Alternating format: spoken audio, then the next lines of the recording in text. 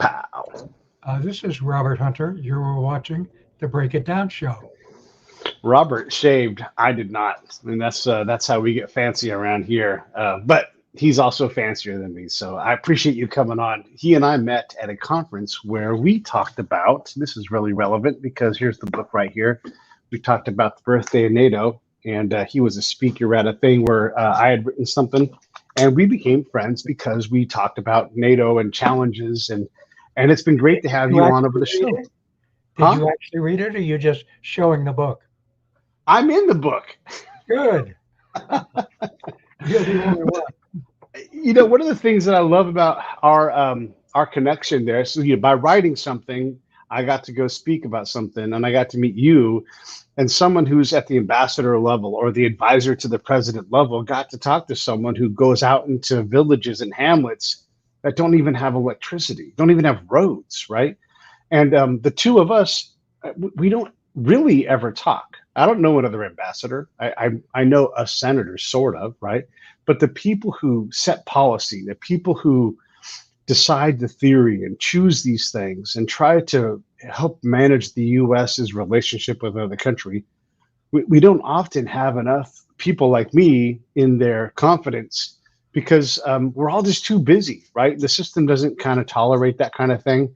And it's one of the things I like, that we get a chance to have these conversations about a complex place like Ukraine and its war with Russia. And so I appreciate you coming on the show. What are your thoughts in terms of the ground truth? And look, we'll be nice and say a checkered past in these recent wars in getting things right once the fighting stops.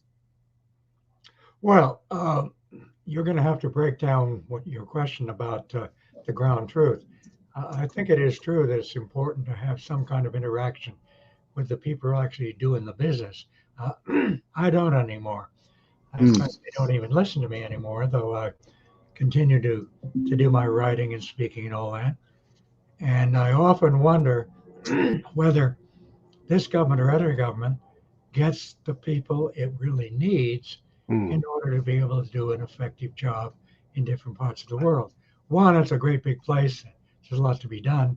Yeah. Secondly, presidents have to be willing to hire people who really know what they're doing. And it's not just who they're comfortable with, but who are prepared to stand up and say, in a nice way, of course, because you don't want to have your head chopped off, Mr. President, you're wrong. Boy. I have seen a few advisors to presidents being willing to say that, but that depends more on the president than on the advisor. Most presidents don't want to be told that they're wrong.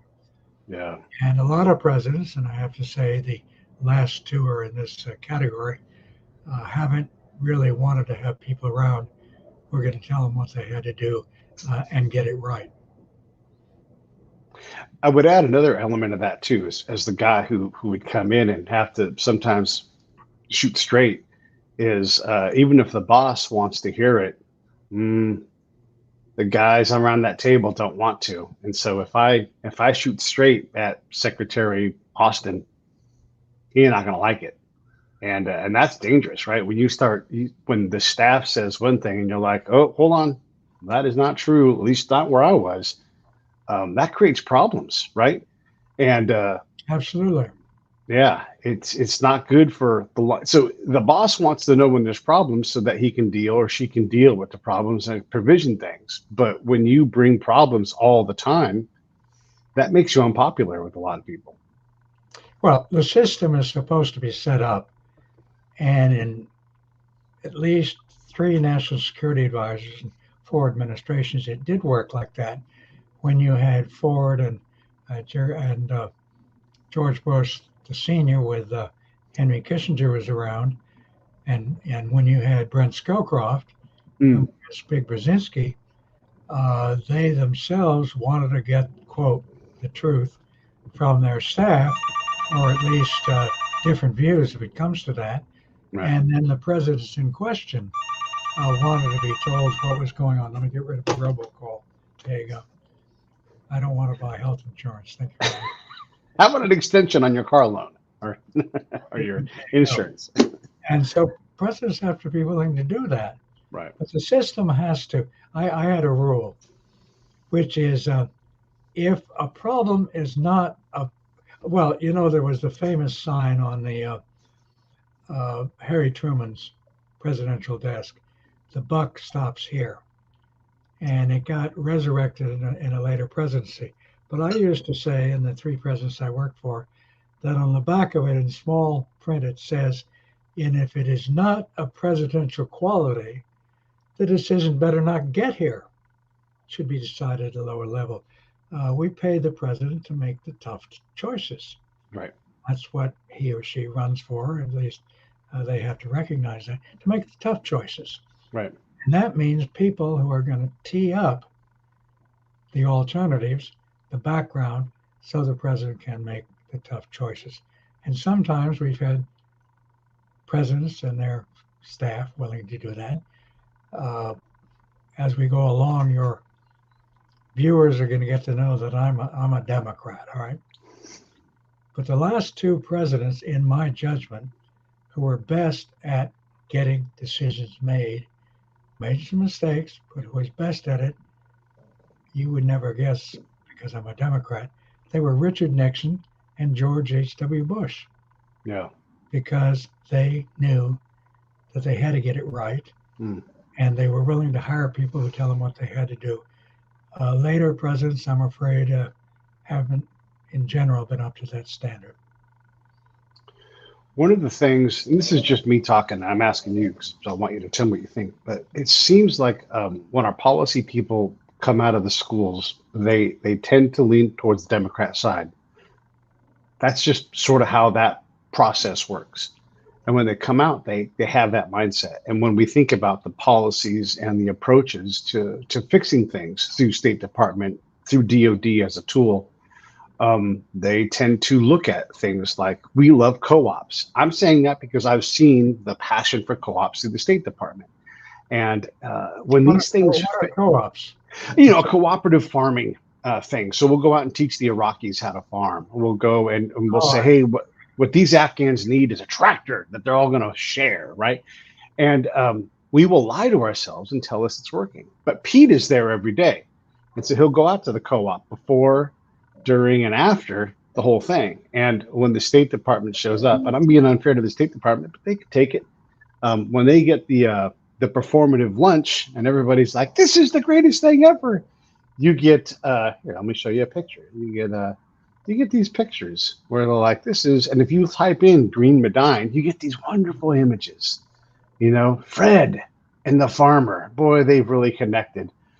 And it's all bullshit, right? And so when Pete is there the day before, the week after, 5 weeks after, no one ever goes there. When no one is in that building, when no one else is there, but State Department cannot stand the fact that it doesn't work. They hate it, right? Because co-ops always work because of how they solve problems. I'm not saying that Republicans solve problems better. They would have their own failings, but in the case of Ukraine, we have billionaire industrialists that know how to turn dirt into titanium and various titanium products. We hate that. We hate that in terms of solving problems. How do we deal with this flaw in our approach to policy? Well, let me unpack a little bit of what you Please. said. You just had about a year's worth of educating me to learn about it. In terms of politics, most State Department people tend to be bipartisan or nonpartisan. Okay. Most Defense Department people, if you scratched them, would probably be Republicans. Most military are.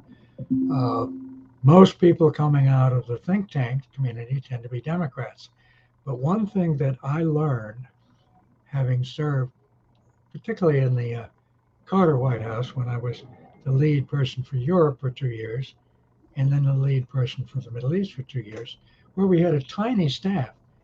Kissinger, Brzezinski, and Scowcroft had tiny staffs, so you had to give a broad perspective. We had a total of 60 professionals in each of these, dealing with the whole world, which means you have to pay attention to a lot of people. Now they have about 600. So everybody's got a tiny, tiny little piece, but you don't have people who look at it together. But the thing I discovered, and this should be so obvious, but I'm going to say it to you anyway, and you're going to say, oh God, why did everybody need this lesson? Is the world doesn't give a damn what political party is in charge. Various countries have their own interests. They Right. see the United States as this great lump, which is doing things. It's going to react to what the United States does, whether it's a Republican or a Democrat or in office. I create a bunch of rules. One of my rules was they're all whimsical. New team comes in, opposite party. Or even when George H.W. Bush took over from Reagan, he changed everybody, okay? I won't go into why. I guess it was because Bush was more serious about foreign policy. But they come in and they say, the last 10, they got it all wrong. Give me 6 months and I'll change everything. 6 months later, they say, those people weren't so stupid. Because whatever your approach to foreign policy is, there's only one that works, and that's realism. Yeah. What's really going on? Not whether you have this idea, you want this to happen.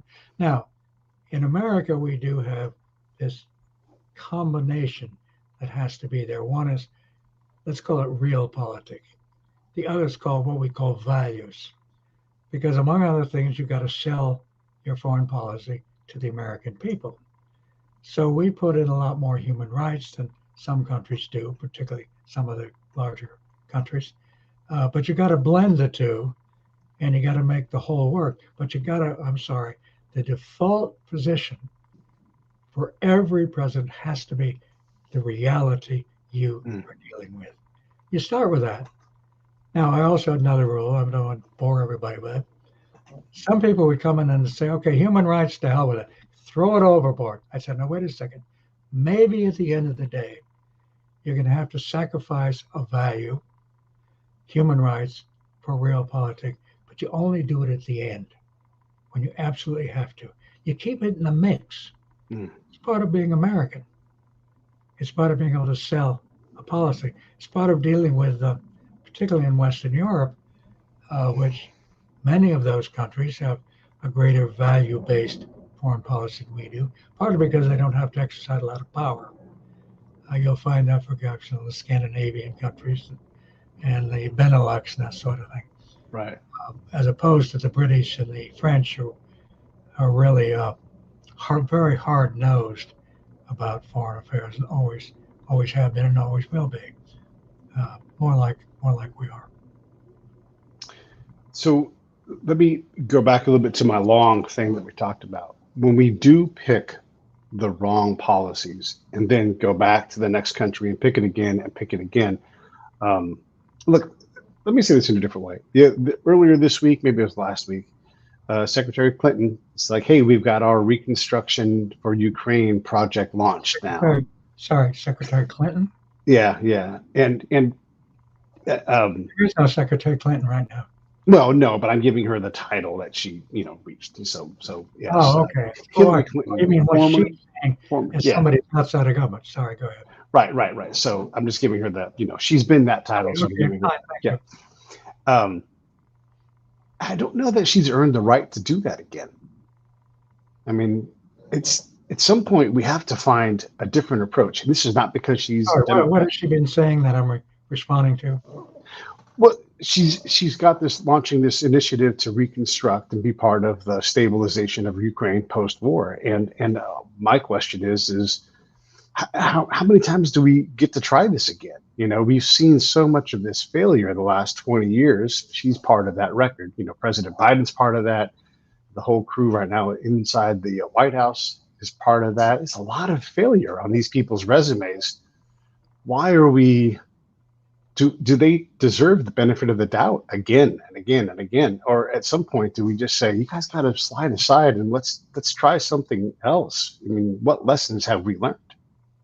Well, first place, everybody has a right to express an opinion. Sure, and, yeah. Even a stopped clock is right twice a day, as they say, right? And you want to listen to lots of people. And among other things, if I'm speaking to a broad audience here, is be careful what media you pay attention to. Pay attention to the Break It Down show. But if you're going to read the Washington Post and the New York Times and that's it, you're probably going to get it wrong. If you're That's going true. to watch the news media, whether it's the big three of CNN and Fox and MSNBC, you can watch all three, and they're still probably going to get it wrong. You can read the Financial Times, you can watch the BBC, you can watch French 24. If you want to be informed, you got to look at a lot of stuff and then think for yourself. Yeah. Think for yourself. And many think tanks. We have a habit in this country, and I've been part of this. You know, I've been part of the establishment a long time, and Sure. I've made my share of mistakes. I was for the Vietnam War a lot longer than my brain should have told me not to be for it. And of Right. course, somebody was for it. One candidate, you remember, what was his name? John Kerry got in trouble when he ran for president. He said, I was for the Iraq War until I was against it. Well, politically, that wasn't very smart. But it became a consensus. You needed to be for the invasion of Iraq in 2003. And the people who said the opposite couldn't get a hearing. And even though we now know it was wrong, Right. some people who were right, and I'm one of them, I just happen to be, I was wrong in a lot of other stuff, I happen to get that one right, are still blacklisted. Yeah. All right? Yeah. Still blacklisted. Because there's a group of people in the media who will say, whether I get it right or wrong, I got the right to be in charge here. Got to be very careful. Got to be very careful. And think for yourself. And don't even listen to me. As I said to a group I spoke to in Germany last week, I gave them the straight poop. And I said, now, if you go out of here and you agree 100% with what I just said, you're in trouble. Yeah. You're in trouble. Yeah. Even I'd be in trouble. Yeah. If I don't learn something on this show, I'm going to be in trouble because you got to constantly think about it. Now, the problem is we tend to look for consensus. And right now we have a consensus around a certain number of things. And for example, we have a confrontation with China and we might have a war with China. Huh? Please, let's think that thing through a little more carefully. Yeah. We have a confrontation with Iran. If we're not careful, Iran's going to get the bomb. Huh? We had a chance in 2015 of getting rid of all they were doing. And then Trump comes along and he threw it out because he didn't like what Obama had done. Biden came in, he had a chance to go back to what we wanted, what was working. And he still hadn't done it because of, I really don't want to get domestic politics. Won't let him do it. There's some folks out there who want to have a confrontation with Iran. They're perfectly happy to have a war with Iran, which we'll pay for in blood and treasure. Whereas we could, by just going back to what Obama negotiated in 2015, just pick that up again and go forward with it. And we can worry about small stuff with Iran later on. Okay, so we got a consensus right now. And now getting to where we're talking about. Prevailing consensus right now is there's a new Cold War with Russia. That what Putin is doing, he did it all by his little lonesome. He decided he wanted to put together the old Russian Empire. He believes that Ukraine has no right to exist and never had a right to exist independently. Maybe he does believe that. I don't know. But I know what he says. I read what he says. I've read what he says over the years. I watch what he does. But also his successors have to figure out, how do we live in the outside world? Right. And we have to say, whether we like it or not, we are going to have to live with Russia. It's going to be one of the three great powers in the world. The United States, which will most likely continue to be number one. We tend to poor mouth ourselves. And poor mouth democracy. Come on, our democracy, despite what so many of the naysayers say, is extremely strong. Yeah. If you turned off your television and you went out into your community, you would find democracy is a lot stronger than you're told it is, and try to get people to make you believe it is. That's media is doing us a terrible disservice on that. Yeah. The other one, of course, is China. because of the growth of its economy, etc. Whether that's going to be a strategic challenge to us, maybe yes, maybe not. One of the difference between China, let's say, and Russia is we have no land frontier with China that we care about. There is the 38th parallel, more or less, in Korea. Yep. There's some bits in Southeast Asia, some bits and pieces. There are these funny little islands they put together. And there is a stupidity of China trying to take back Taiwan, and we're talking about maybe a war with Taiwan. And all these American diplomats and political people run out to Taiwan, fanning the flames, which is just idiocy. Nixon worked out a good framework. Clinton followed it up. It can work. But the fact is, in Europe, we have a land frontier. Yeah. With Russia. Yeah. Ships can sail away. Tanks can't sail away in the same way. So we got to deal with that. Okay. Now I'm going to take you back to 2000. No, 1989. Okay. You got to learn from history. If you're going to be in this business, if you're going to deal with any country, if you really want to be serious about it, you can. I don't talk about China because I don't know enough about Chinese history. So I keep away from it. But I do know a lot about European history, Russian history, Middle East history, Arab, Israeli, Iran, and I've also worked on them professionally at the highest levels of the US government. So I can at least have a slightly informed opinion, whereas I leave China alone. I try to find people, I haven't found them yet, who can really tell me what I need to know, but I will eventually.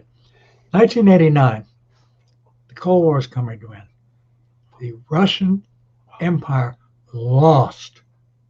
The collapse of the Soviet Empire, both the internal empire, Soviet Union, and the external empire in Central and Eastern Europe, they both collapsed in the period between the 9th of November 1989, opening of the Berlin Wall, and Christmas night, our Christmas, not their Christmas, in 1991, where the Soviet Union physically went out of existence. There was a NATO meeting approximately at that time when they were having what they call the family photo, and all the leaders were there, and the Russian Soviet guy happened to be there, and they had all the flags. A hand reached through the curtain, removed the Soviet flag, and replaced it with the Russian flag. Went out of business. It was, in fact, the most profound collapse of any empire without war in all of human history. Okay, so then what do? You've got all of Central Europe is suddenly independent. You've got the Soviet Union, instead of being one country, is now 15. Okay, and they're all running off on their own. What do you do about it? Well, George H.W. Bush was very smart. And he gave a speech and he said, what we want to do is build here it comes, sometimes grand strategy can be expressed in a very few words. We want to build a Europe whole and free. And then they added, and at peace to it. Whole and free. That meant whole, everybody involved, free, everybody free. And he began the process, and we picked it up under the Clinton administration, where I had the honor probably to play as much a role as anybody under Clinton, because I had the good fortune to be ambassador to NATO, where the work was done with all the people in Washington, but we had a major leading role, and it was bipartisan.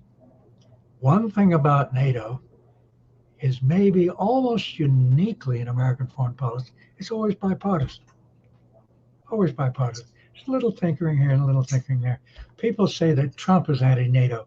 I could make a good case that that's rubbish, but we don't have time to do that. But I get hollered down by my Democratic colleagues who needed in 2016 to explain a reason why Hillary lost. Hillary was a bad candidate. Okay? And so the Russians interfered in part with interfered in our politics. But to say that the Russians caused the 3 swing states to go for Trump or that the Russian interference made a difference, I mean, that's cockamamie. That makes the American people look absolutely stupid. Hillary got it. She said, fair and square, I lost. But a lot of her people didn't. They said, oh, no, we can't accept that. Oh, it must have been the Russians. And it must have been Trump in bed with the Russians. That's what the first impeachment was about, which started even before he became president. And then when Robert Mueller, the special prosecutor, came along and said, there's no case here, they said, oh, that's the wrong answer. But there's got to be the right answer. So then they say, oh, it must be Ukraine. And here's what's been going with Trump and Ukraine and all that kind of stuff. And that's where the first impeachment came. That was nonsense. But the impeachment was not about things that Trump had done that they could prove or really happened. It was, how do we get rid of Trump? Right. And it's the best mechanism. Okay. The second impeachment was more realistic. At that point, the guy was going to be out of office in 14 days anyway. That was a waste of time. And Trump has enjoyed it ever since. All these prosecutions of Trump, it's Brer Rabbit and the Briar Patch. He loves it. Not just with his base, but a lot of other Americans say classified documents in his closet in Mar-a-Lago. What were they about anyway? And don't other presidents take classified documents home? And we've had other people get in trouble. Ted Sorensen, who was a speechwriter for Kennedy, took a bunch of top secret documents home in order to write his biography of Kennedy. He got caught at it, and they denied him becoming head of the CIA, but he didn't go to prison. When come on, give me a break. But the media is going to give us Trump again. Yeah, they sure are. Come on, a little deal. So, okay. So yeah. Let's go back. So Okay. What do they say? Okay. We looked at two things, beginning with Bush and then with Clinton. We looked at a little history. 1919 at Versailles, the Treaty of Versailles. In order to get reparations against Germany, which the French wanted and the British wanted, it was necessary to have a legal basis for that. So they wrote into the treaty. You can read it. It's Article 231, the War Clause. Germany was forced to accept full responsibility for World War I, which of course is nonsense. They signed on to it. Well, Hitler rode to town on that. All right, he used that over and over again as part of the case about Germany being done down. Well, Bush was smart enough, and Clinton and his team were smart enough to say, hey, we can't make that mistake again. Russia lost the Cold War, but don't punish them for it. Don't create revenge. Don't get the Russian people to feel that they were screwed. Don't diss them. Treat them like they were real boys. George Bush was very good at that. So was Clinton. They didn't punish them. They treated them like they were real and that they were going to have a future. So that was point one. Point two, I've already said, is that Russia is going to be a great power again. Yeah.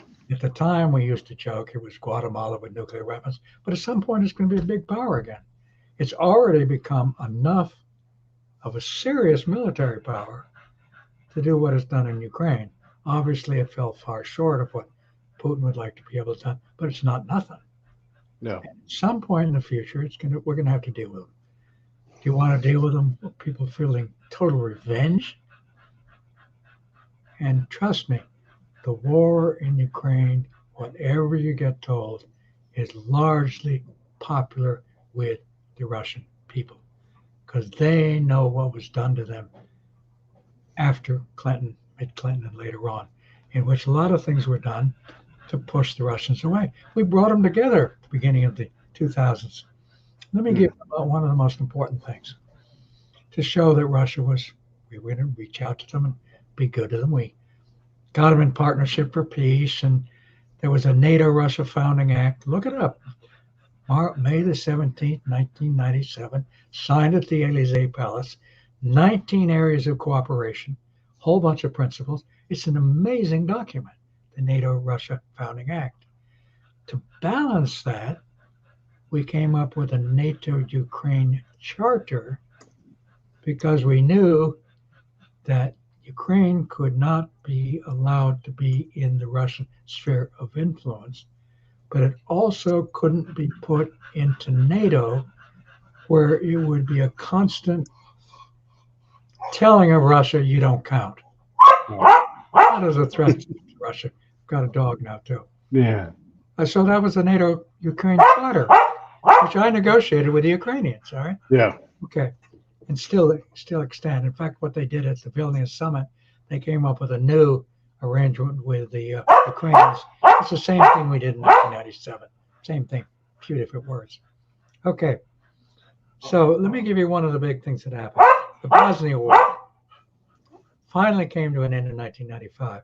The Russians supported us in what NATO did with its military power to stop the war. They weren't involved, but there was a United Nations Security Council resolution which the Russians agreed to, as did the Chinese, along with the British, French, and the United States. War comes to an end. So we put in a thing called the implementation force. Is this too much noise? No, I think it's great. It's like real life, like when you have to do Just work. agree with me, Yeah, Come on, Rusty, stop it. And I'm going to throw in something. I have something to throw in just a second. Okay, here we go. this is how life works, right? You have A treat. coffee in a piazza and people drive by and dogs go. And, So we get there. Yeah. And there is this implementation force that went into Bosnia. And I was there.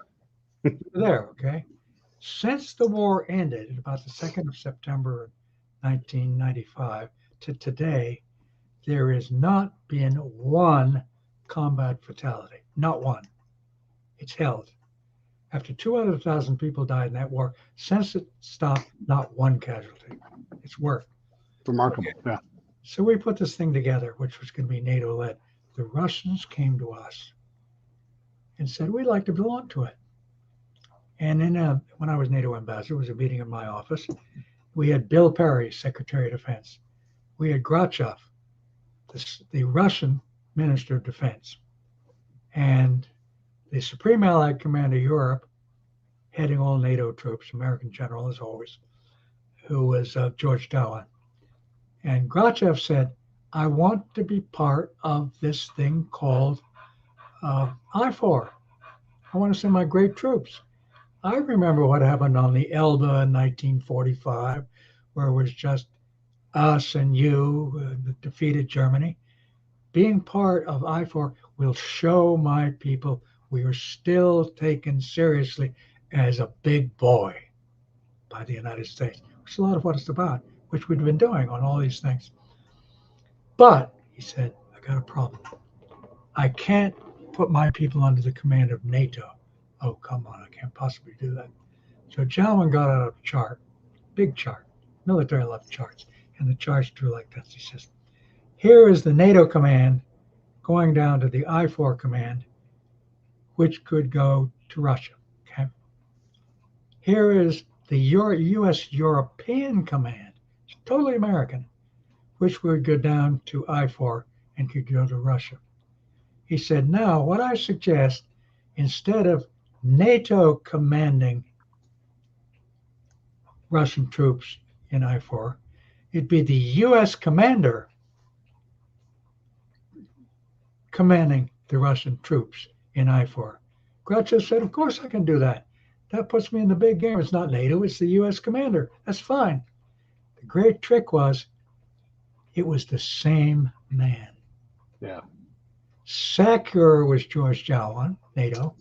The US European Command was George Jalwan, American. So the Russians said, as long as not. And so what did they do? They sent their very best troops. Yeah. Very best. And they did a tremendous job. There were a couple of occasions where our people got in trouble, and the Russians came along and rescued them. Yeah. And the same thing with the Russian troops. And it worked. Well, till about 1998, and then the teams change. Can I add a little context to your story? Give you a little bit because you'll like this. So two things. One is directly from my unit because we were a company of spies and interrogators, and we had a Russian defector that had belonged to our unit, and so the Russians were desperate to Defecting get from what? what's that? What was he defecting from? He had defected from Soviet Russia, and so he belonged to us, and the Russians wanted him back. And one of our commanders in the American chain was kind of arrogant. And he's like, that guy's going to go right over there by the Russians. And we're like, you cannot do that because we don't have a rule of engagement that will allow us to protect this guy. And they're like, we're not going to take him from us. And we're like, we stopped. And so we ultimately, it was so contentious between the Russians. And this is more like capture the flag. This is not like. What year was this? This is 96. Okay.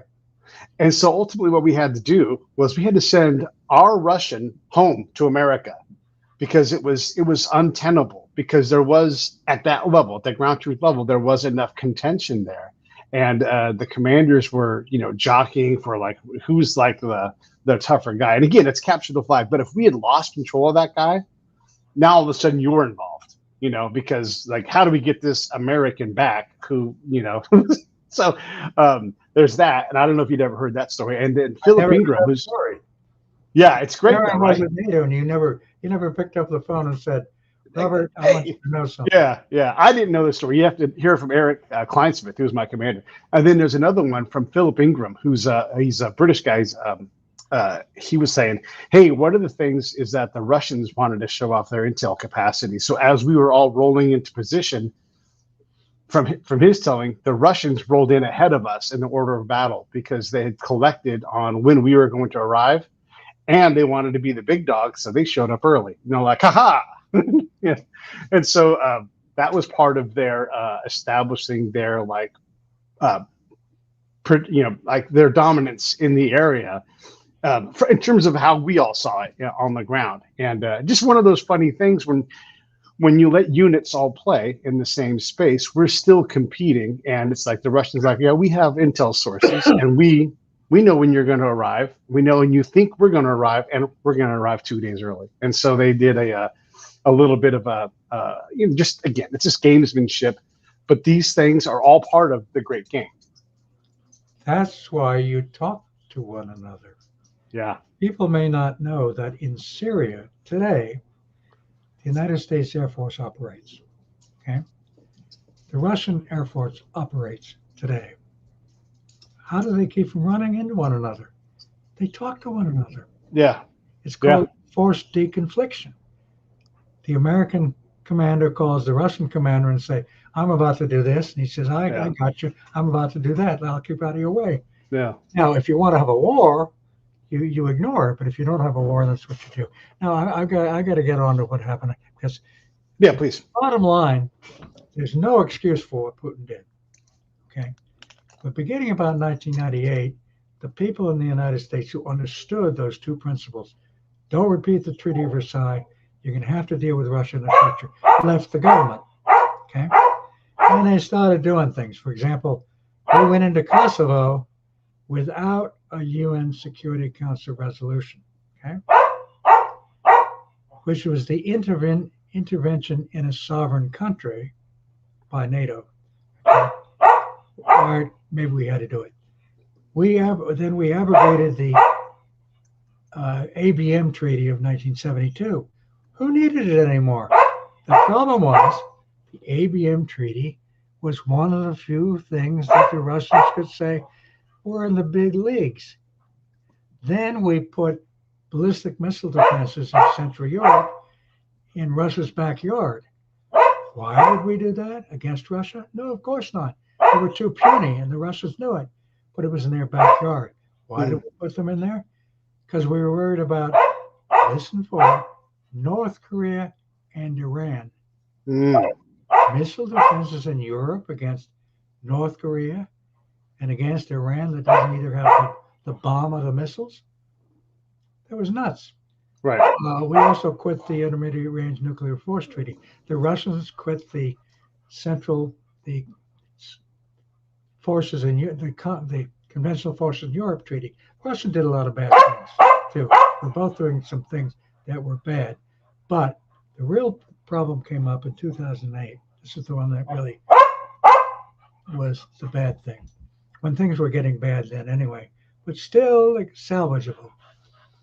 There were some people in the George W. Bush administration who had decided, Russia of no account, why don't we bring Ukraine and Georgia into NATO?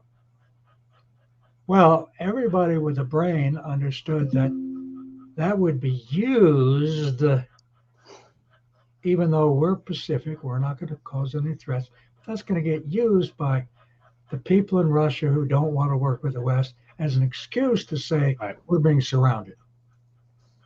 You got to remember, countries tend to overreact. We overreacted in 1961 when Castro said, I'm a communist. So we ran the Bay of Pigs. Yeah. Minor stuff. In Grenada, people don't remember that, a tiny little island in the Caribbean, when a communist took over, we invaded Grenada. I mean, We did. It's going to attack Miami? Give me a break, okay? Countries do that, okay? So in 2008 at the NATO summit in Bucharest, the Bush administration wanted to take Ukraine and Georgia one step short of NATO membership. And the other allies said, are you nuts? Give a commitment to these countries to go to war for them? That's what NATO membership means, the so-called Article 5. It's a pledge to go to war. People can say, I'm not going to do that for Georgia. For Georgia, where the hell is Georgia? We don't have Sherman to go to war against Georgia. You know, where's Georgia? All right, I know where Georgia. I've been there a lot of times. So the Allies, particularly German friends, said you're nuts. So they worked out a compromise, and it was one of these. It said, and look it up. It's in the Declaration. Ukraine and Georgia will become members of NATO, by which they meant way off sometime. But for most of the Allies, that meant never. Diplomats speak for never. All right. I was across the street at another meeting, and I barked and I said, don't they know what they just said? To say they will become members of NATO. That is the moment of commitment. It's what the words mean. Well, two people believed it that way. More Christians to the lions there. The president of Georgia, Mikhail Saakashvili, very strange man, who's now in a mental hospital back in Georgia. He decided that was a chance to go back into a breakaway province of Georgia called South Ossetia and take it back. And so he sent troops into South Ossetia to take it back, even though the Assistant Secretary of State, who's told me twice, was on the telephone saying, for God's sakes, don't do that. Nobody's going to back you up. He said, oh, I got this commitment out of the NATO people. We will become members of NATO. So he took it back, went in. The Russians counteracted 5 days later, handed the Georgians their head. Now, most people now say, because that's the way propaganda works, the Russians invaded Georgia. They did invade Georgia in response to the Georgian invasion. And the interesting thing was, we gave Georgia a few arms, but not a single NATO ally came to Georgia's defense. Not one. Right. And that meant the commitment was worthless. Yeah. I said at the time, I said, oh, we do something stupid about Ukraine. Well, instead of dropping that commitment, NATO has said it over and over and over again, including by the US Secretary of State on the 26th of January, 2022, repeated it 3 weeks before the Russian invasion of Ukraine. Maybe he would have done it anyway. All right, now another time, 2014. Meanwhile, there is an election in Georgia, and the pro-Russian guy wins, all right? Unacceptable. So there's rioting in the streets, and one could understand that, because there was going to be I'm sorry how complicated it gets, but you got to understand your history. Yeah, I'm learning. In European Union agreement with Ukraine, this pro-Russian guy comes in and he scraps it. So people went into the Maidan, which is this great central plaza in Kyiv, and a number of people got killed. You can go there and see the memorial. An assistant secretary of state gets on an open line to the American ambassador to Kyiv and says, let's put our guy in power, our guy in power, right? That's called a coup d'etat. Yeah. Now, am I just making it up? No, it's on the No. internet. The Russians intercepted the phone call, probably the Russians, and put it on the internet. Yeah. And you can both hear it and you can read it. You say to yourself, we spent all this money on secure telephone communications. Why didn't we use that? Yeah. Well, 3 weeks later, Putin goes into Crimea and the Donbass. Now, he maybe would have done it anyway, but it was a marvelous excuse. Incidentally, most people know, though Russia broke all its commitments by going into Crimea. It broke the Helsinki Final Act.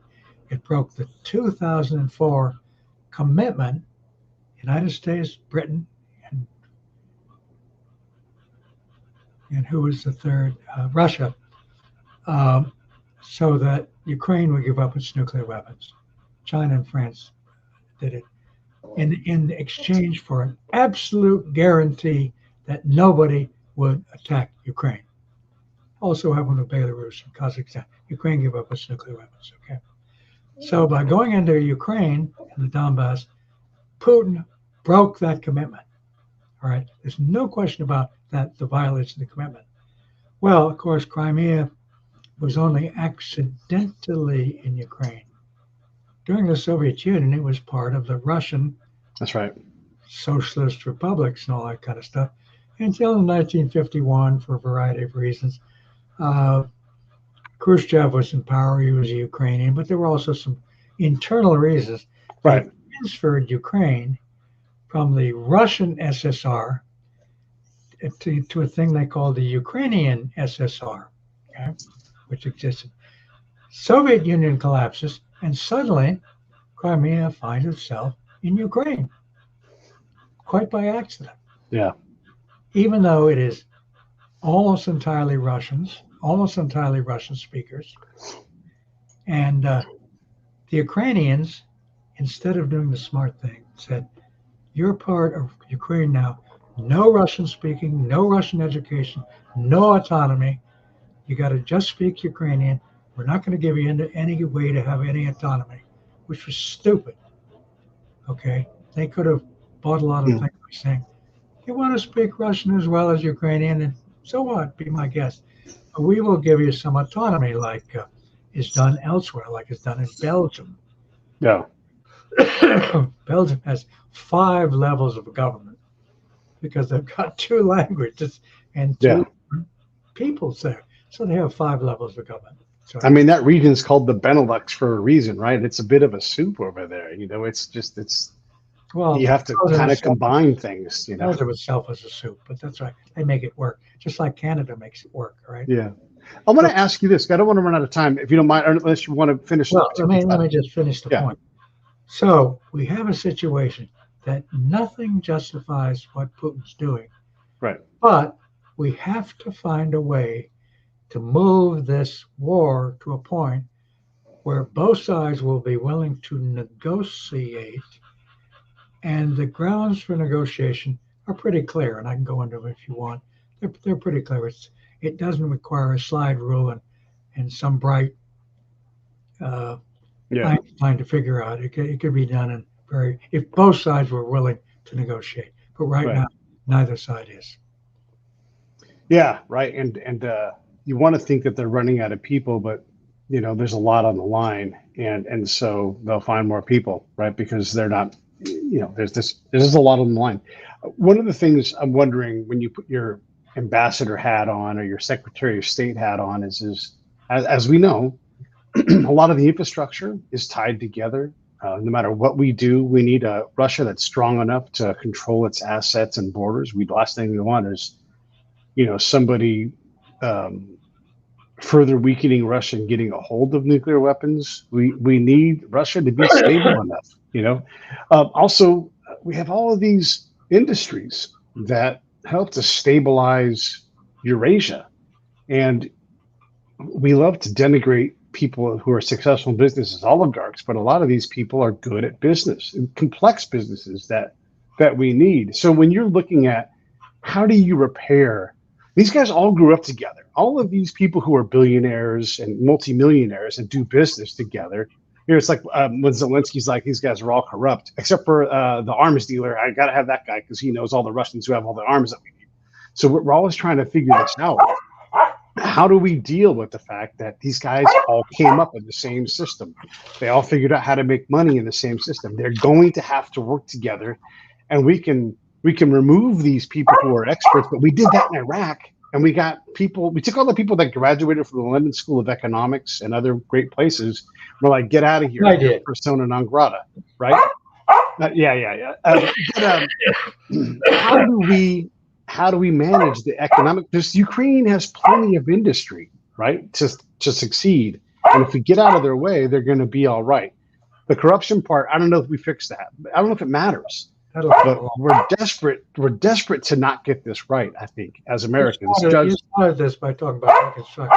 Yeah. Ukraine is going to have to go through an amazing amount of reconstruction when the war ends. They can't do it on their own. They have suffered terribly.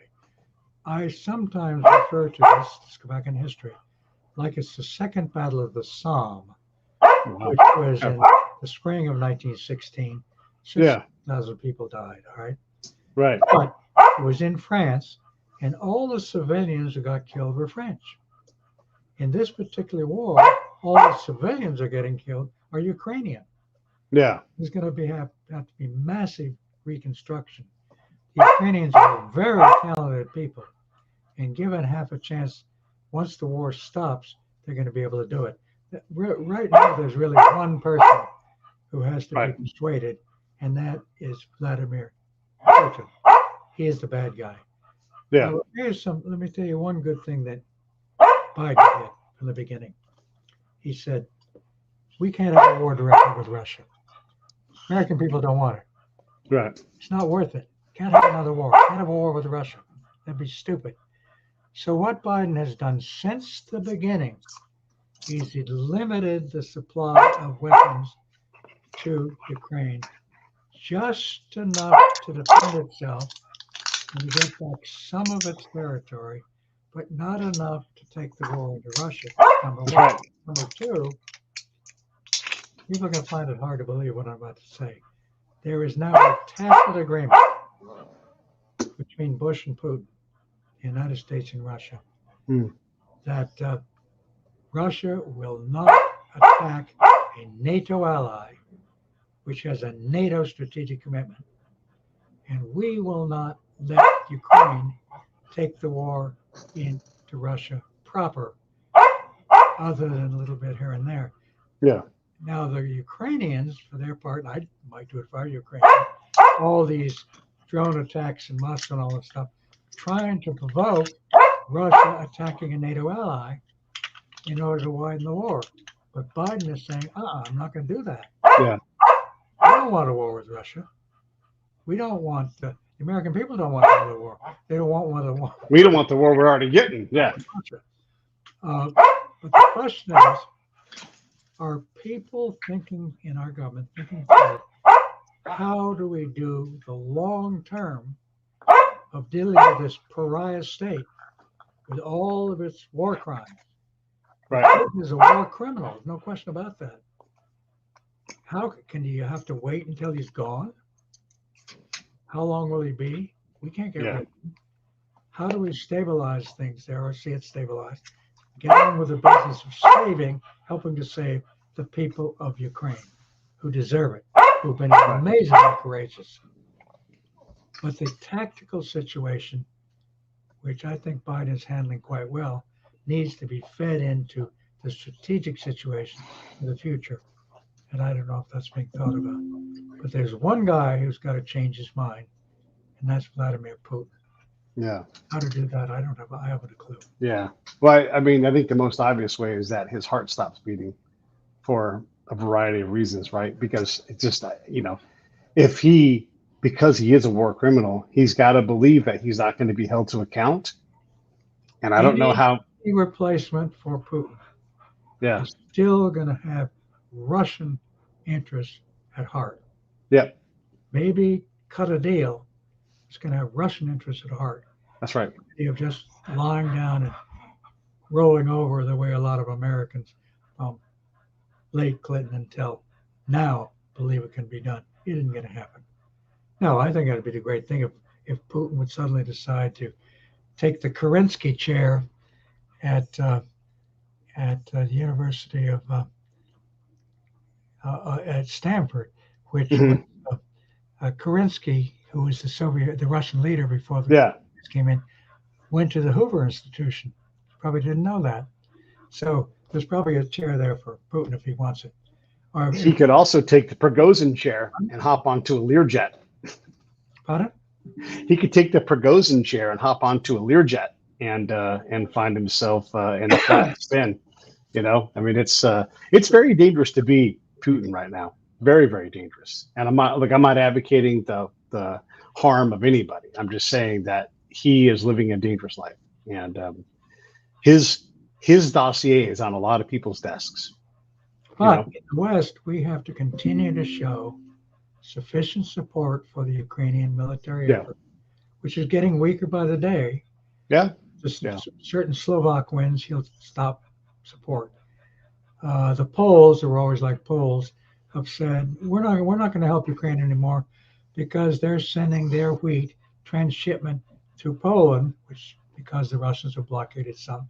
But instead of just transshipping it, they are using Ukrainian grain, wheat, to displace Polish wheat in the Polish market. You've got Orban of Hungary not being helpful. So it's kind of weak. But we've got to show Putin, now that the fighting season's almost coming to an end, that he won't in the spring, God forbid, all the number of Ukrainians are going to die. Yeah. It's terrible. Yeah. He's got to understand he cannot prevail, and he better grab a solution while it's available. And I will share with you my PowerPoint on this about what the solution is. It includes ceasefire. It includes Russian withdrawing troops. It requires Ukrainian sovereignty over all of Ukraine. It requires autonomy for the Russian-speaking areas. In fact, there's a formula that's called Minsk II, which was not followed by either Ukraine or Russia that we're not part of. The Institute Minsk II, add to it. I mean, a smart negotiator could figure this out in 20 minutes. If Putin were to say, I'm prepared to do it, and then Zelensky would do it. And I'll say one final thing on it. The negotiation is going to be done by the United States and Russia. Right. I agree with you there. The big boys. The only person who Russia will accept as an interlocutor is the United States. The only person the Western allies will accept is the United States. Right. And Has to be. And we can't walk away from Russia, from Ukraine. We're stuck there until this is resolved, and that may be many years from now. The idea of disengaging from Ukraine, that's whistling in the wind.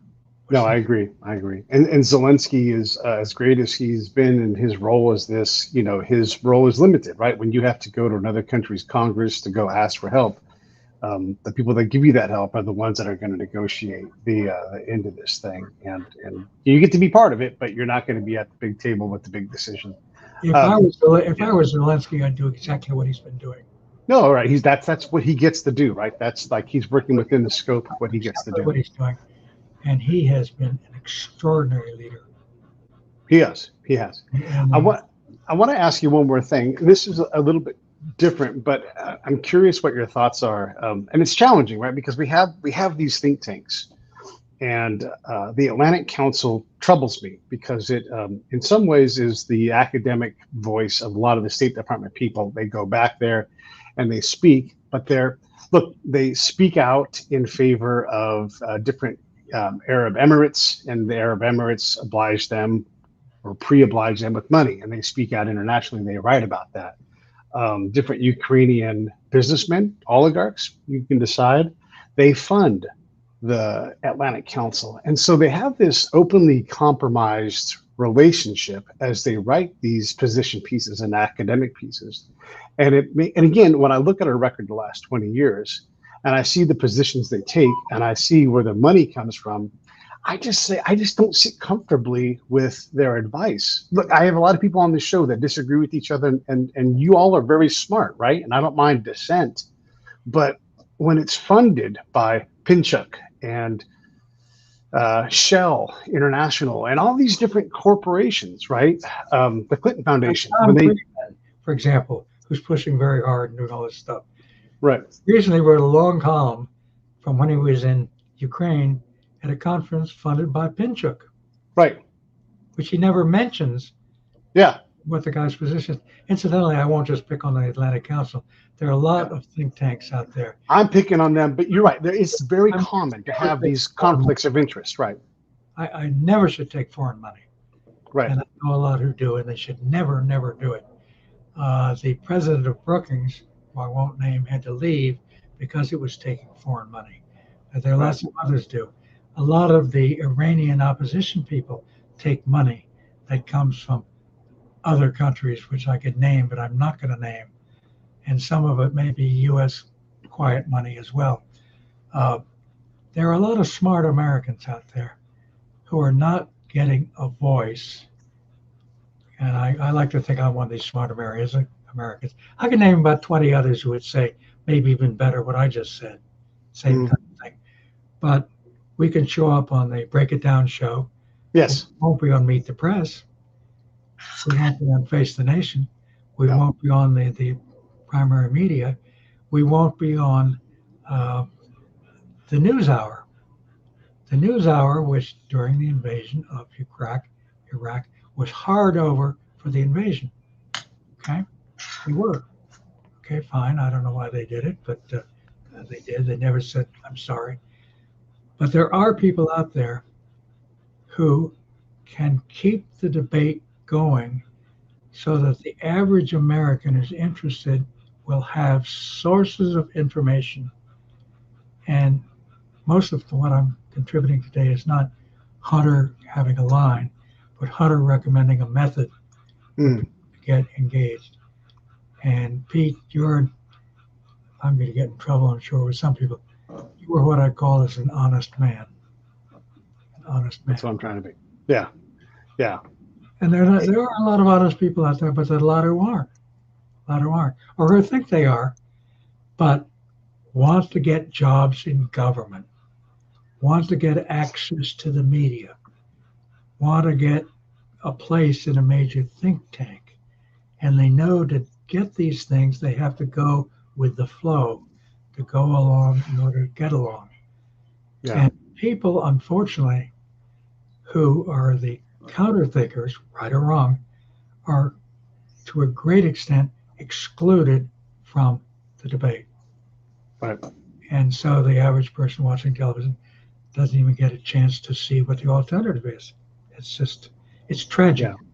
And it's the most important factors weakening America in the world and weakening the quality of people we have in the American government, who we do not have right now the first team in charge of American foreign policy.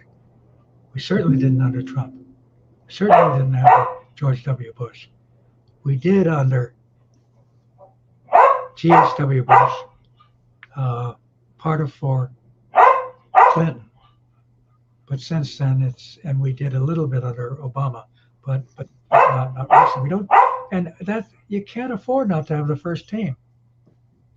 In private industry, if you didn't have the first team, you get fired because you wouldn't meet your target. You fire the CEO. We don't do that. Yeah. Well, I'm glad you said that, because it's troubling to me when I see that. I put a link down below for sort of this year, a CNBC piece that the head of the Atlantic Council wrote, and they had to put an editor's note and change the headline. Now, look, everybody already read the thing, But Fred from the Atlantic Council, who runs the thing, he's like, hey, all good with the with the Sultan Al Jabbar. He should definitely run the Environmental UN Council meeting this year in December, right? And then it got out. It's like, oh, those guys gave them $100 million, and so like they're like, oh crap, we have to now backtrack. Yes, this thing is published, and then they go, but the work had been done. And if a top guy says that, and again, like you said, all think tanks have to survive. They all need funds, to fund any chair, right? They have to have money to keep good people working, but you have to have good results. What's that? The International Institute for Strategic Studies in London used to be the best in the world. They now got a large part of their money from a conference they run every year in Bahrain, funded by the Bahraini government. Right. Do you think the IISS is going to take any positions the Bahrainis don't like? Come on. Yeah. He pays the piper. And so many of them are like that. And the people, and I'm going to say another to get in trouble, a lot of the major foundations in America give the money to the usual suspects. They're not willing to run risks. Somebody out there might say something that goes against the consensus. I'd be in trouble. And almost all the major funding institutions, the big names, fail to do their job because they won't give the money to the people who in the old days, in the Cold War, who did the great thinking. The Ford Foundation and places like that funded the great thinking. The Air Force funded the Rand Corporation to do some great thinking. Nowadays, these people are too timid to. And as a result, the American people are getting cheated because we're getting foreign policies that too often don't meet American national interests. There you go. Ukraine's part of it. Full marks to Biden for keeping the war limited, but whether he has the people who are going to be able to figure out what we do in the future on Russia, I don't know. Yeah. Certainly they're not doing a good job on China, and they've totally failed on Iran. I mean, right now we might have a war with Iran, which was turned off in 2015, turned on again by Trump, and kept turned on by Biden. Because we have a particular friend abroad who calls the shots on U.S. Middle East policy. Yeah. And every politician is afraid to say so because they'll get in trouble. Deep, deep trouble. Well, you were not. You were candid. And if I'm a political office, because I just ended my opportunity. Well, you are an honest man as well. I appreciate you coming on the show and talking with me about that. And it's always interesting to hear you go back in time and talk about like the sequential progression of this thing, and I don't want to go too much longer up here, but like one of the things that Putin talked about several weeks ago, maybe 2 months ago, he's like, you Americans have been in Russia in the last 100 years. And he's right. Like, the polar bears, 431, I've worked at that unit. They're part of their legacies. We were in Russia. We got stuck there and we stayed there after World War I. 1919, that's right. In Murmansk and in Vladivostok. When I was in the Carter White House, I had a lot of funny stuff to do. One of it was railroad retirement claims by American workers who were still alive who had worked on the Trans-Siberian Railroad in 1921. Okay, that is neither here nor there. The Russians have done more than their share of bad things, but you gotta understand your history. Incidentally, Putin makes up history. Yeah, he put out a 6,884 document which said that Ukraine never existed. It's always been part of Russia.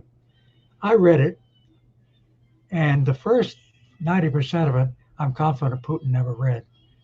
It was written by some monk off in a monastery somewhere. He probably read the last 10%, which he used to justify. But the fact is, Russia has no legitimate claim over Ukraine. That's right. That's right. None. Crimea, okay, fine. But that was an accident. But in Ukraine proper, no claim whatsoever. And this war is a criminal war. Criminal war. But we have to find a way to stop it. We have to find a way to deal with Russia in the future. Maybe not 10 years, but 20 years to deal with them. Just as after the Treaty of Versailles in the 1930s, we had to deal with Hitler and revenge. Yeah, we do not want to repeat that lesson. H.W. Bush was brilliant, and Clinton, bipartisan basis, followed through. And there are people out there who are not recognized. Strobe Talbot, who was in charge of Russian affairs for Clinton, had it absolutely right. Most people don't even know what he said because he lost the battle later on. Well, listen, I want to wrap it up so you can feed some more Christians to your dog, and you guys can have a good hangout. Thank you again for coming on. Anything in closing before we go?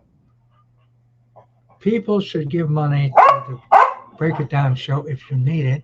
They should pay attention to it and read your history.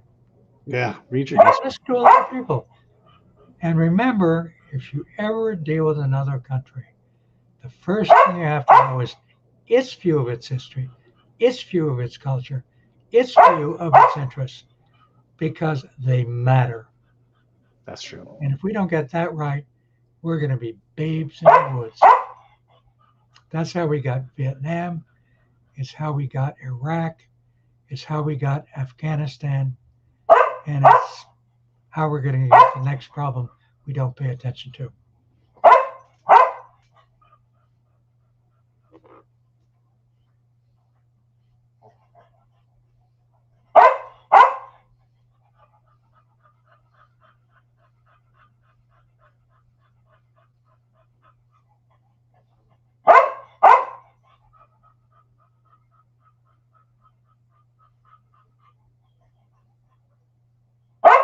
Hey, thanks